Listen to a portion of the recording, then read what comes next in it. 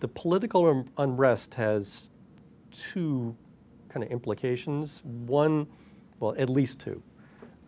The most immediate one actually is just on investment in emerging markets. So Egypt is an emerging market. And when there's a crisis like this, and it's actually not just one market, but multiple markets, Tunisia, Egypt, maybe others to come, all classified as emerging. So when there is increased risk in those markets, basically what happens is people start to dump emerging markets in general. Okay, and this is exactly what happened in 1997, where you get some Southeast Asian countries get into trouble, but all of a sudden Latin America gets pummeled.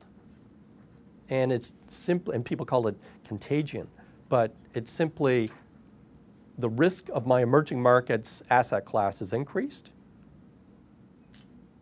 The value at risk is up. Let's turn it down.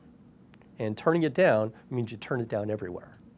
Okay, so that's kind of like one of the first things you see some stress on emerging markets.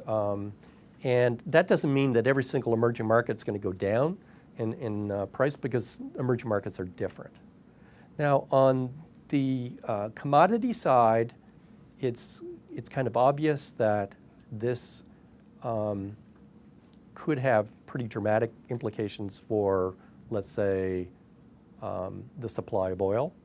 And we've got history in terms of situations like this in 1979 in Iran. And we can paint a scenario that perhaps we couldn't have painted in 1979, given that we've got some experience as to what could happen on the downside. So again, people are thinking, is this going to turn into a situation like Iran, which would be a disaster? Risk premium goes up, and the commodities go up. So in terms of commodity, I'm more thinking of the energy complex, because the Middle East is obviously really critical for that. So you should be able to see, as the risk goes up and down, you're going to see the price of oil moving. Now, there's something else going on that is not related directly to what's happening in Egypt and Tunisia, and that is the food commodities. So this has been going on for a while, and we've got pretty significant food inflation that hits a lot of emerging markets really hard. It hits their population hard. It also hits the political stability. So if we see, food riots in China, that's going to be a huge risk. Okay, so I think that the fact that food is going up is going to cause increased risk for emerging markets in general, not as much for developed markets. So again, that risk, that's another thing that's increasing the risk of emerging market investment. And again, not all emerging markets are the same, but this pretty well hits a lot of them, and the biggest ones too, like China, right? Is very concerned about the food situation. So you've got kind of the portfolio allocation, you've got commodity risk that affects the economic situation in these emerging markets and the political situation.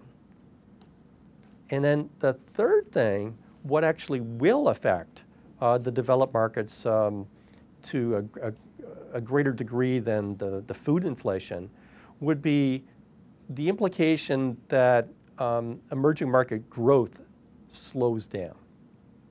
So you've got the forces of increased inflation like a tax, right? Like you're taxing people.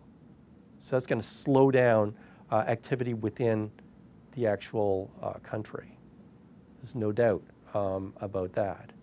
But you've also got the monetary authorities in those countries doing things that also slow down growth.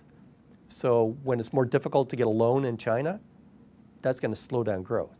And they're not the only country that are tightening in terms of the monetary policy. And it is definitely the case that this economic episode was nowhere near as deep as it could have been, mainly because of the moderating influences of demand from emerging markets for US goods. Okay, if all of those markets went into recession like the US and Europe did, then this would have been a way more severe recession that we experienced. So those three things are all kind of intertwined together. They definitely create risk. Of course, there's also opportunity for the trader.